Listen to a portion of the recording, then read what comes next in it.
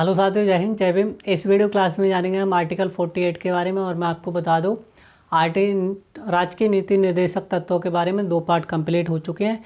एक पार्ट में आपके आर्टिकल 36 से लेकर 42 तक बताया गया है। दूसरे पार्ट में आपका आर्टिकल 43 से लेकर आपके 47 तक मतलब 47 तक बताया गया है। और ये पार्ट 3 है, इसमें जानेंगे आर्टिकल 48 के बारे में। आइए साथियों बात करते हैं आर्टिकल 48 क्या कहता है।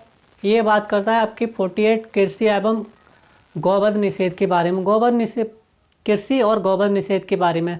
तो आधुनिक आप क्षेत्र में देख सकते हैं कि कृषि क्षेत्र में बहुत ज़्यादा बदलाव हुआ है। पहले खेती नहरों के द्वारा होती थी या रैंट के द्वारा होती थी। पहले सबसे पहले खेती कैसे होती थी? रैंट के द्वारा होती थी। और ज़्यादातर कृषि क्षेत्र में जो पहले निर्भर थे वो बारिश पर ज़्यादा निर्भर रहते थे, तो उसमें ज़्यादा कोई नहीं होता था। फिर धीरे धीरे क्रांति हुई और बहुत सारे क्या हो गए, बदलाव हो गए। और आप देखते हैं मशीनी आज के दौर में क्या है, सारा काम किसके द्वारा होता है? मशीन के द्वारा होता है। जैसे आलू बुवाई, गेहूं कटाई, बहुत सारी जो फसल काटी जाती है किसके द्वारा? तो मशीनों के द्वारा काटी जाती है। और मशीनी क्षेत्र में सरकार क्या देती है? कम रेट पर क्या उस पर टैक्स कम लगाती है। जैसे ट्रैक्टर है, बहुत सारी मशीनें, उपकरण, उन पर क्या सरकार कम टैक्स लगाती है। क्यों? कृषि क्षेत्र को बढ़ावा देने के लिए। फिर आपकी मशीन, फिर नाबार्ड, जो आप नाबार्ड के तहत कृषि क्षेत्र में बहुत ज़्यादा बदलाव हुआ है। और दूसरी बात यह है कि जो कृषि में जो सरकार लोन देती है कृषि क्षेत्र में किसानों के लिए, तो उस पर कम ब्याज पर कम रेट पर क्या दिया जाता है? लोन दिया जाता है। आपने देखा होगा जो KCC है वो इसी क्षेत्र में आती है। लगभग 1 लाख रुपए पे 7,000 रुपये है साल का क्या जाता है? ब्याज जाता है। तो सरकार बहुत सारी कृषि क्षेत्र को बढ़ावा देने के लिए बहुत सारी सुविधा उपलब्ध करा रही है। और कृषि क्षेत्र में बहुत बड़ा बदलाव भी हुआ है। और आपने देखते हैं कि सन 2019, 20 में, 21 में आपने देखा प्रत्येक क्षेत्र की GDP क्या हो गई? लॉस हो गई थी, डाउन हो गई थी। मगर कृषि क्षेत्र की GDP क्या हमेशा प्रॉफिट में रही थी। कभी कृषि क्षेत्र में कभी लॉस नहीं हुआ था। फिर बहुत सारी क्रांति हुई हैं कृषि क्षेत्र में, बहुत सारी क्रांति हुई है। जैसे दलहन क्रांति, तो बहुत सारी क्रांति हुई हैं। फिर पशु के बारे में, पशु जो दूध देते हैं हमें, जिन्हें सहायता मिलती है, आर्थिक सहायता प्राप्त होती है। जैसे आपकी गाय है, भैंस है, बकरी है, ये क्या देती है? दूध देती है। तो जब सुप्रीम कोर्ट में मामला गया था कि गाय पर क्या इसे काटा नहीं जाए, इसे प्रतिबंध लगाया जाए, तो सरकार ने जितने कहा था जितने दुधारू पशु हैं उन पर क्या सरकार कटाई पर प्रतिबंध लगाती है। जो आर्थिक है, मतलब आर्थिक क्या है, हमें जो सहायता देते हैं, हमें उनका दूध बेचकर क्या पैसा उपलब्ध होता है, उससे बहुत सारे प्रोडक्ट भी बनते हैं। अरे मेरे हिसाब से तो 90% प्रोडक्ट गाय के दूध, भैंस के दूध से ही बनते हैं। लड्डू, घी, बहुत सारे प्रोडक्ट है किसके? गाय के दूध से ही बनते हैं, भैंस के दूध से बनते हैं। तो इस पे क्या सुप्रीम कोर्ट ने दुधारू पशु पर क्या लगा दिया? प्रतिबंध लगा दिया। मगर सुप्रीम कोर्ट ने कहा कि जो पशु दूध नहीं देते हैं या कैसे ठंट बोलते हैं, जैसे क्या कहते हैं ठंट, तो उन्हें क्या है सुप्रीम कोर्ट ने आदेश दिया कि उन्हें काट सकते हैं। मगर कुछ दिनों के बाद फिर मामला गया कोर्ट में कि जो गाय भैंस है उसको नहीं काट सकते हैं। क्यों? तो कहा था ये औषधि क्षेत्र में क्या एक बहुत बड़ा बदलाव है कि गाय के पेशाब से बहुत सारी क्या बनती हैं? दवाइयाँ बनती हैं। और बहुत सारी इनसे क्या बीमारियों से क्या पाया जा सकता है? छुटकारा पाया जा सकता है। और एक तो जो केरल में क्या है पता है? केरल में तो भैंस की जो गाय की पेशाब होती है उसकी बदबू निकालकर उसे क्या कर दिया जाता है? बेचा जाता है, प्रोडक्ट बनाया जाता है। तो आप देख सकते हैं गाय के मूत्र से क्या होता है? बहुत ज़्यादा मतलब प्रोडक्ट बनते हैं। और आप मैं बता दूं, दांत के दर्द, पेट के दर्द और मोटापे के लिए क्या गाय का मूत्र बहुत ज़्यादा काम आता है। प्रतिबंध लगा दिया। जो दुधारू पशु थे, कैसे पशु थे? दुधारू पशु थे। जैसे गाय भैंस जो दूध दे रही है, बकरी दूध दे रही है, इनको आप नहीं काट सकते। मगर हाँ, सुप्रीम कोर्ट ने आदेश दिया आप ऐसे पशु को काट सकते हैं जो दूध नहीं देते हैं। मतलब दूध नहीं देते हैं, जैसे गाय भुसक गई, भैंसिया भुसक गई या बकरियाँ भुसक गई। आप तो समझ गए। तो ऐसे पशु को सुप्रीम कोर्ट ने क्या आप काट सकते हैं। अब उसमें क्या आ गए भैया, जो दूध ना दे रहे, ठीक है भुसक गए, वो तो सब काट सकते हैं। अब जो दूध ना दे रहे, जैसे भैंसा है, बकरा है या क्या कहते हैं बैल है, तो उसको भी काट देते थे लोग। जो कृषि क्षेत्र में उस समय सबसे ज़्यादा उपयोगी थे लगभग अब से 30-40 साल पहले ज़्यादा ट्रैक्टर का प्रभाव नहीं था, मशीनों का प्रभाव नहीं था। उस समय खेती किससे होती थी? बैलों से होती थी, भैंसों से होती थी। तो उनको भी काट दिया जाता था। और फिर कुछ सालों के बाद मामला फिर गया सुप्रीम कोर्ट ने। तो सुप्रीम कोर्ट से कहा कि जो गाय काट देते हैं उसके जो मूत्र से क्या होता है, बहुत सारे क्या फ़ायदे हैं, और औषधि क्षेत्र में क्या एक वरदान है, जिससे बहुत सारी दवाएं बनाई जा सकती हैं, जैसे टीबी की दवा, कैंसर की दवा, दांत दर्द की दवा। बहुत सारी दवाओं में क्या होता है, उनका उपयोग होता है किसके? गाय का मूत्र का। और जो केरल में एक फैक्ट्री है, उसमें जो गाय की पेशाब को क्या प्योरीफाई कर कर क्या बनाई जाती है, उसको बेचा जाता है मार्केट में दवा के द्वारा। तो आप इस बात को शक मत कर देना कि जो मोटापे के लिए आप दवा ले रहे हैं इसमें क्या पेशाब है, वो कोई आपके लिए हानिकारक नहीं है। फिर आप क्या लगा, प्रतिबंध लगा सकते हैं। तो गाय हत्या पर गाय, भैंस, बछड़ा या बैल पर क्या लगा दिया? प्रतिबंध लगा दिया, क्योंकि गाय किसके लिए उपयोगी है? उसके लिए औषधि क्षेत्र में बहुत ज़्यादा उपयोगी। तो आपने जो हमारी भाजपा सरकार थी उत्तर प्रदेश में क्या लगा दिया? गाय पर क्या लगा दिया? जो सफ़ेद बलि पर क्या लगा दिया? पूर्ण तरीक़ा से प्रतिबंध लगा दिया। और बिक्री क्षेत्र में क्या कर दिया? उसको बंद कर दिया। अगर आप उनको जो गाय पालते हैं उसके लिए क्या आप पालने लायक नहीं है, आपकी मतलब आपकी आर्थिक परिस्थिति ठीक नहीं है, तो आप उसे खर्च छोड़ सकते हैं गौशाला में। अच्छा ये बताओ, गाय आज जाती कसाई के हाथ में कहाँ से है? हमारे आपके द्वारा तो जाती है। जो मुस्लिम लोग हैं जिसे खाते हैं वो लोग, उसके लिए मुझे तो लगता है वो शुभ मानते हैं गाय को काटना। तो जो गाय जाती है कहाँ से जाती है? हमारे वहाँ से ही तो जाती है। क्यों जाती है, क्या कारण है? तो कुछ तो लालच के लिए गाय भुसक गई तो क्या बेच दी, कुछ तो ये होता है आर्थिक परिस्थिति के कारण। वो क्या करते हैं, गाय को बेच देते हैं, दिल पर पत्थर रखकर गाय को बेच देते हैं। और उसे ये भी पता है कि हाँ ये गाय कटेगी, इसका कटना तय है, तो पत्थर रखकर क्या आर्थिक परिस्थिति के कारण उसे बेच देते हैं। और जो काटने वाला जो लेता है उसको भी पता है कि मैं इसे काटूंगा, अगर वो नहीं काटेगा तो अपना परिवार पालन नहीं कर पाएगा, अगर वो नहीं बेच रहा है तो अपनी आर्थिक परिस्थिति के कारण अपना घर का पालन नहीं कर पाएगा। तो इस चक्कर से क्या होता है, काट देते हैं। और मैं आपको बताऊं, सरकार जो आपने देखा हो कि जो गड़सा आता है, जो गाय काटने के अलग से औजार है जो आते हैं, तो पहले सरकार कितना लगाया था? तो 25% टैक्स लगाया था।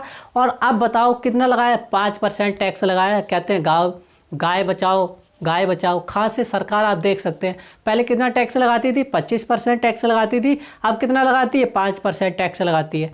तो सोच सकते हैं आप। और नेता लोग कहते हैं गाय कटने देंगे, गाय कटने नहीं देंगे, गाय कटने नहीं देंगे। तो आप सोच सकते हैं कितना वो है, हमें वोट दो, हम गाय कटने नहीं देंगे, गाय कटने नहीं देंगे। ये सब क्या है?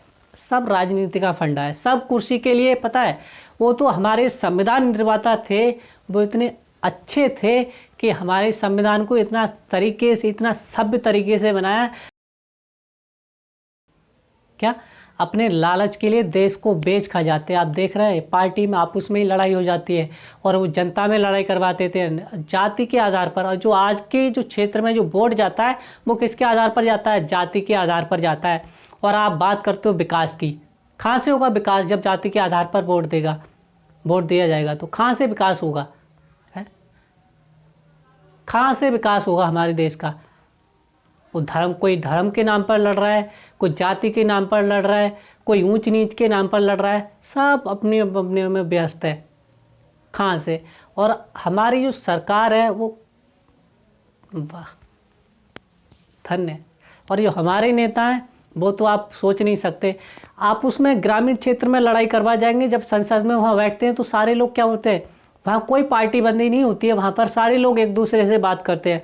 मगर ग्रामीण क्षेत्र में ये आप उसमें ही लड़े जाते हैं। अब ग्रामीण क्षेत्र की बात देखो, कल ही क्या हुआ है उसमें आपके हाथरस में क्या हुआ? कार्यकर्ता, सपा के कार्यकर्ता, भाजपा के कार्यकर्ता आप उसमें ही लड़ गए, खूनी संघर्ष हो गया वहाँ पर। कोई नेता देखने आ रहा है वहाँ पर? सपा का नेता है, भाजपा का है, बीएसपी का, सारे वहाँ जो जीतेगा वो हो जाएगा संसद में। आपके लिए कुछ आ रहा है? मगर पता नहीं लोग क्या, आपकी मन भर्ती में बुद्धि भर जाती है कि आप सोच नहीं सकते। आपकी सोच ही क्या छोटी है।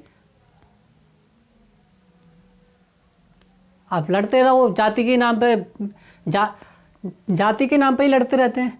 कि तू छोटा है, तू बैठ नहीं सकता। ग्रामीण क्षेत्र में तो पता है, आज भी कुछ क्षेत्रों में पता है, अगर चारपाई पे जो लड़का या कोई व्यक्ति बैठ जाता है, चौधरी या वैसे लोगों के पास, तो उसको उठा दिया जाता है कि सिर के पास नहीं बैठेगा, तू जमीन पर बैठेगा। ये स्थिति है हमारे देश की। हमारे संविधान को लागू हो कितने साल हो गए पता? 72 साल हो चुके हैं। खैर छोड़ो। फिर आपका 48 का किसकी बात कर रहा है? पर्यावरण संरक्षण का, वन्य जीव की बात करता है। पर्यावरण संरक्षण जो हमारे मतलब कुछ ऐसे पशु जो पेड़ पौधे हैं जो हमें क्या मतलब वृक्ष जो सहायता नहीं देते हैं, जैसे आम का पेड़ है, बरगद का पेड़ है। जिस बरगद का पेड़ हमें छाया तो देता है, ऑक्सीजन भी देता है, मगर क्या वो फल देता है? नहीं देता है। आम का पेड़ फल देता है, लीची का पेड़ है, सपड़ी का पेड़ है, बहुत सारे पेड़ है, जमनी का पेड़ है, बहुत सारे पेड़ है, फल देते हैं तो हम उन्हें लगाते हैं। मगर बहुत सारे ऐसे पेड़ हैं, जैसे बबूर का पेड़ है, कांटों के सिवा कुछ नहीं देता है। बहुत सारे पेड़ हैं, कीकड़ का पेड़ है, बहुत सारे ऐसे पेड़ हैं जो हमें क्या कोई फल नहीं देते हैं, मगर हम उनको काटते हैं। मगर उनके संरक्षण के लिए क्या लाया गया था? आपका कौन सा संशोधन हुआ था? 42वां संविधान संशोधन हुआ था, 1900 रूप से लागू कर दिया गया। कब? आपके 42वां संविधान संशोधन 1976 के बाद से इसे प्रभावी रूप से 1980 में लागू कर दिया गया। लगभग 4 साल बाद इसे पूर्ण तरीके से लागू कर दिया, यानी पर्यावरण की सुरक्षा के लिए और जीव संरक्षण के लिए। आपने देखा था कि आपने न्यूज़ में सुना होगा कि कर्नाटक के केरल क्षेत्र में, दक्षिण भारत में हाथियों की क्या कर दी गई? हत्या कर दी गई, पानी में जहर डाल दिया। ऐसे बहुत सारे जानवरों की, जीव जंतु क्या कर दी गई? हत्या कर दी गई। जैसे असम में आपके गैंडे के क्या निकाल लिए जाते? गैंडे के सींग निकाल लिए जाते थे। और इस साल सरकार ने, जो असम सरकार ने लगभग 1000 सींग जलाए थे। क्या जलाए थे? 1000 सींग जलाए थे। सोचिए आप कितना मतलब कितने गैंडों की कागिता मृत्यु की होगी उन लोगों ने। और खाल की जो शेर की खाल उतार ली जाती है, बहुत महंगी जाती है शेर की खाल। और क्या कहते हैं, हाथियों के दांत बहुत महंगे जाते हैं। मैं तो सरकार से कहता हूँ कि हाथियों के दांत निकाल ले, गैंडे का सींग काट ले, मतलब इससे कोई आप वो परेशानी नहीं होगा, मतलब इससे बच तो जाएगा वो। बताइए, ये हालत है। तो इसी को प्रभावी देखिए 1980 में प्रभावी रूप से लागू कर दिया गया और 1988 में वनों की सुरक्षा और संरक्षण के विकास में तेजी लाई गई। कब? 1988 से। फिर आपका आता है अनुच्छेद 49। अनुच्छेद 49 किसके बारे में बात करता है? राष्ट्रीय महत्व के बारे में बात करता है। राष्ट्रीय महत्व जो हमारी धरोहर है, जो हमारी इमारतें हैं, जैसे आपकी राष्ट्रीय धरोहर कौन है? हमारा लाल किला, कहा गया था आपकी जामा मस्जिद, ये भी क्या है? भारत की राष्ट्रीय धरोहर है। और बिहार में जो प्राचीन काल में वहाँ पर स्कूल था, वो भी क्या है? हमारी राष्ट्रीय धरोहर है। आपके जो कहा गया था राजस्थान में हवा महल है, वो भी हमारा राष्ट्रीय धरोहर है। वहाँ पर किला है, वो भी क्या है? हमारी राष्ट्रीय धरोहर है। तो ये क्या है? हमारी राष्ट्रीय धरोहर है। और ये क्या है? हमारी इमारत है। ताजमहल हमारा क्या है? राष्ट्रीय धरोहर है। शाहजहाँ की निशानी है, ये मुमताज़ की निशानी है। शाहजहाँ ने अपना काला ताजमहल बनवाया था, मगर वो बनवा नहीं पाया था जब तक उसके पुत्र ने उसको क्या कर लिया था? कैद कर लिया था। तो ये हमारी राष्ट्रीय धरोहर है। और मैं आपको बता दूं, हमारे जो लाल किला है, लाल किला से जब तक प्रधानमंत्री, जो माननीय प्रधानमंत्री हैं, जब तक झंडा न लहरा दें 15 अगस्त और 26 जनवरी पर, तब तक हमारा राष्ट्रीय पर्व कैसा रहता है? अधूरा रहता है। कैसा रहता है? अधूरा रहता है हमारा राष्ट्रीय पर्व।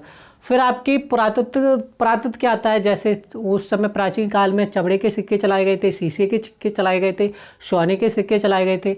सिंधु सभ्यता, हम जो हमारी प्रथम विश्व की नगरीय सभ्यता थी, यहाँ से नर्तकी की मूर्ति मिली है, शिवपति की मूर्ति मिली है। बहुत सारे ऐसे मतलब जो पुरातत्व विभाग जो आपके तत्व मिले हैं, जो चीज़ें मिली हैं, उसको कहाँ रखा जाता है? आर्कियोलॉजी पुरातत्व विभाग में रखा जाता है। और इसी को देखते हैं किसका गठन किया गया था?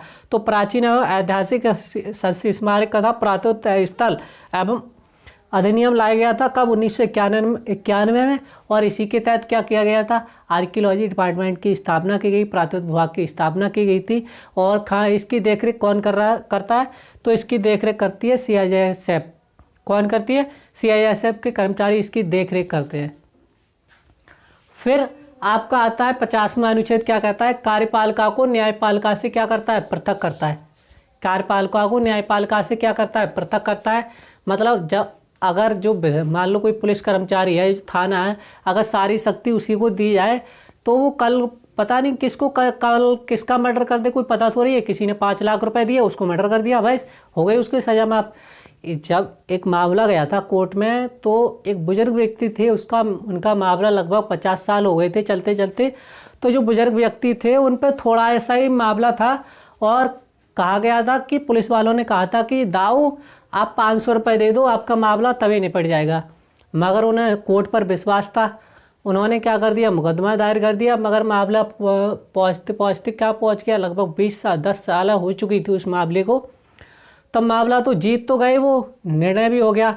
तब उन्होंने, जब वो वहाँ के जो वकील थे उन्होंने पूछा था कि ताऊ कानून क्या है, कानून के हाथ बहुत लंबे होते हैं और क्या है, जो न्याय है बहुत ज़्यादा कैसा मिला आपको, मतलब निष्पक्ष मिला है आपको, क्या आपकी जीत हुई है ना। तो उन्होंने पूछा था कि कानून क्या कहता है, कानून के हाथ बहुत लंबे होते हैं।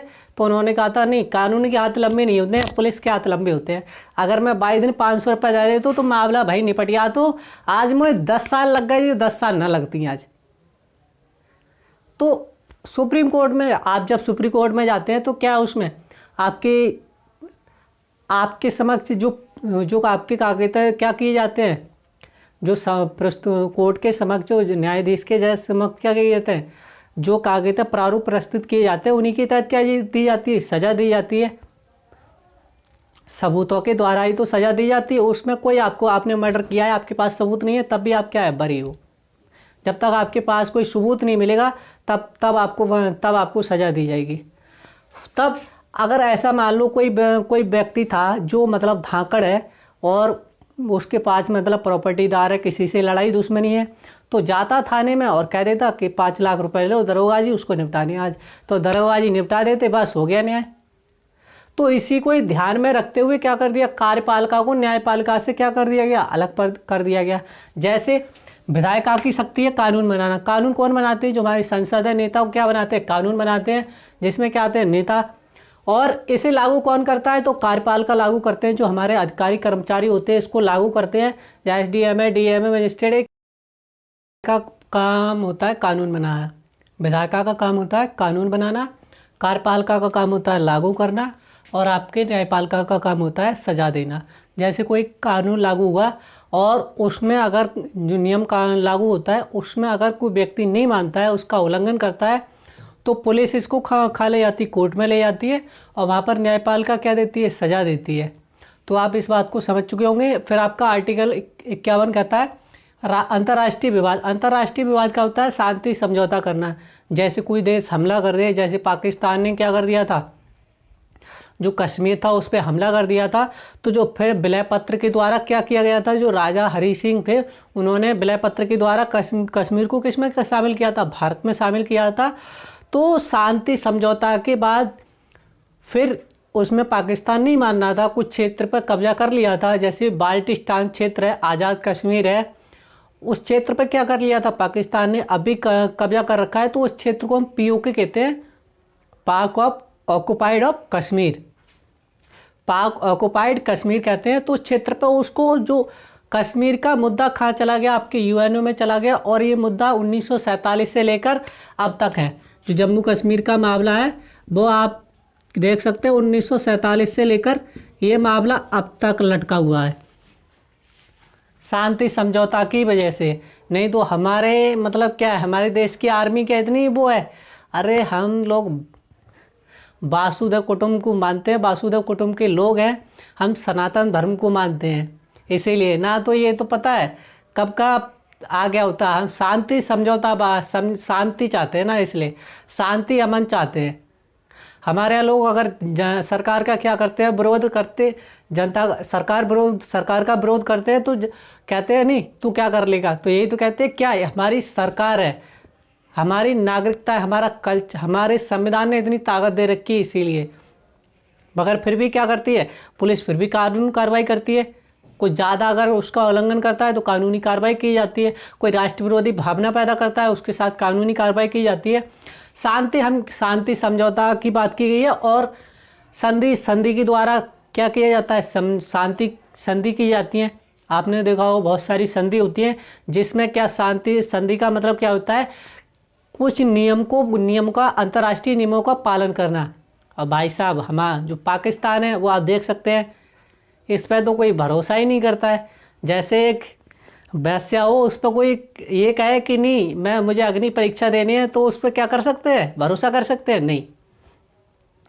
फिर जो विवाद होता है, जैसे यूएनओ है वो क्या है, मध्यस्थता का काम करता है, सह मध्यस्थता का काम करता है।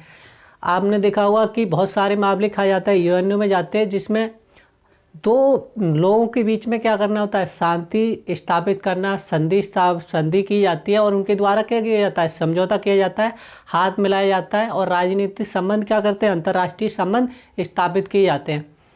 जैसे आपके मालदीव में क्या हुआ था, आतंकवादी गतिविरोधी लागू हुई थी, आतंकवादी गतिविरोधी लागू हुई थी, तो हमारी क्या गई थी, वहाँ पर आर्मी गई थी और वहाँ पर क्या गया, विद्रोह को शांत करके वापस आ गई। तो किसके द्वारा जाते हैं, यूएनओ के द्वारा जाते हैं और क्या है, ये अंतर्राष्ट्रीय संगठन है।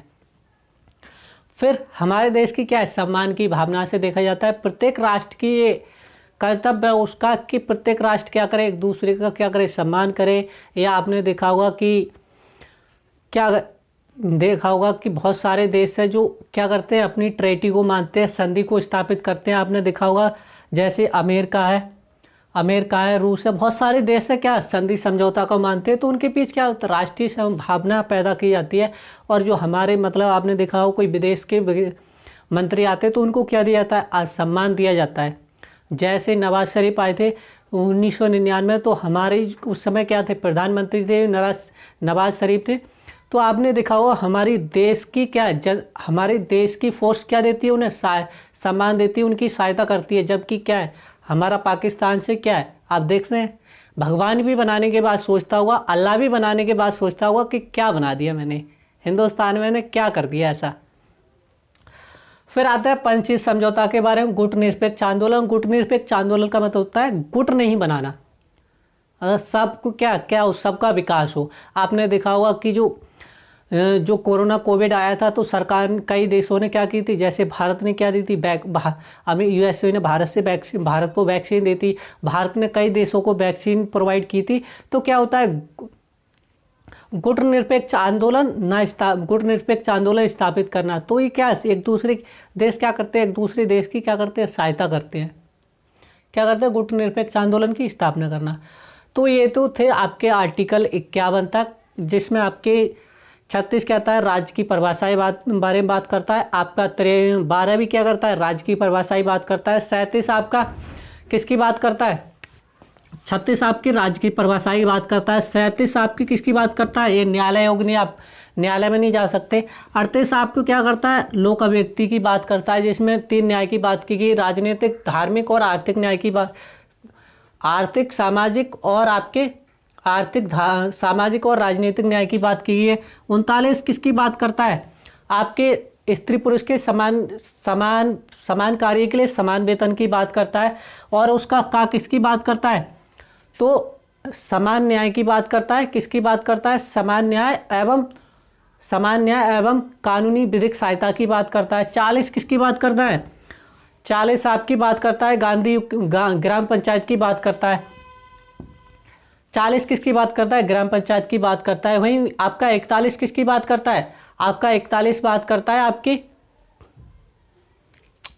आता माझी सटक, इस बात करता है कुछ दिशाओं में सरकारी सहायता, सरकार क्या देती है, पेंशन देती है। और जो बुजुर्ग लोगों को आपने देखा होगा कि कुछ काम भी देती है, और यहाँ तक कि उनके लिए क्या देती है, शिक्षा देती है।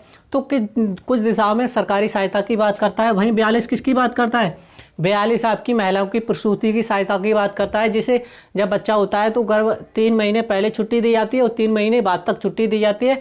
इसमें पुरुष को 15 दिनों की छुट्टी दी जाती है। फिर आपका 43 किसकी बात करता है, 43 आपकी कर्मचारियों की निर्बाध मजदूरी की बात करता है। किसकी बात करता है, कर्मचारियों की निर्बाध मजदूरी की बात करता है। भाई आपका ए किसकी बात करता है, भाई आपका ए उद्योग में कर्मचारियों की सहभागिता की बात करता है। भाई आपका बी किसकी बात करता है, सहकारी समिति की बात करता है, संहिता की बात करता है। यूनिफॉर्म सिविल कोड की बात करता है। भाई आपका 45 किसकी बात करता है? 6 से 14 साल तक के बच्चों की निःशुल्क सहायता की बात करता है। और उसी में ही किसकी बात करता है? जब पैदा हुए बच्चे और 6 साल तक की उनकी शिक्षा की बाल अवस्था जिसे आंगनबाड़ी केंद्र खोला जाता है, वो किसके तहत खोला जाता है? अनुच्छेद 45 के तहत ही खोला जाता है। करता है SC ST की बात करता है कि ना तीनों तरह राजनीतिक, धार्मिक और आर्थिक, क्या सामाजिक आर्थिक सभी तरीके से क्या कर राज्य क्या करेगा? ना सुविधा उपलब्ध कराएगा। जो आरक्षण की बात होती है इसमें भी किसकी? SC एक्ट के तहत भी आरक्षण की बात होती है। 47 आपके पोषाहार की बात करता है और नशीली दवाओं और शराब पर क्या लगाता है? प्रतिबंध लगाता है। भाई आपका 48 किसकी बात करता है? कृषि की बात करता है, नए कृषि विकास की बात करता है और पशु बलि पर क्या लगाता है? रोक लगाता है। बात करता है राष्ट्रीय महत्व की बात करता है, जो हमारे ताजमहल है, लाल किला है, जामा मस्जिद है, बहुत सारे हमारे राष्ट्रीय स्मारक है, उनकी किसकी बात कर रहा है? संरक्षण की बात करता है। कौन? अनुच्छेद आपका आर्टिकल 49। फिर आपका आर्टिकल किसकी बात करता है? तो आर्टिकल 50 किसकी बात करता है? कार्यपालिका को न्यायपालिका से पृथक की बात करता है। और 51 किसकी बात करता है? आपके 51 किसकी बात करता है? राष्ट्रीय विवाद की बात करता है। किसकी बात करता है? राष्ट्रीय विवाद की बात करता है। तो ये तो थे कितने हो गए? रिवाइज हो गए। 36 से लेके 51 तक क्या कर लिए? आर्टिकल रिवाइज कर लिए। फिर आपके कुछ जो संशोधन हुए थे वो इस प्रकार है। आपका पहला संशोधन हुआ था, मतलब इसमें संशोधन हुआ था राज्य की नीति निर्देशक तत्वों में, तो क्या जोड़ा गया था? 39 का जिसमें समान न्याय और निःशुल्क विधिक सहायता की बात की गई है। किसकी बात की गई है? समान न्याय एवं निःशुल्क विधिक सहायता की बात की गई है। फिर आपका आर्टिकल 43 किसकी बात करता है? उद्योग में कामगारों की भागीदारी की बात करता है। भाई सहकारी समिति की बात करता है। फिर आपका 48 किसका बात करता है? पर्यावरण तथा वन्य जीवों की सुरक्षा की बात करता है। किसकी? वन्य जीवों के अभ्यारण्य मतलब सुविधा की बात करता है। तो आपको कैसी लगी कमेंट करके जरूर बताएं। जय हिंद, जय भीम, जय भारत।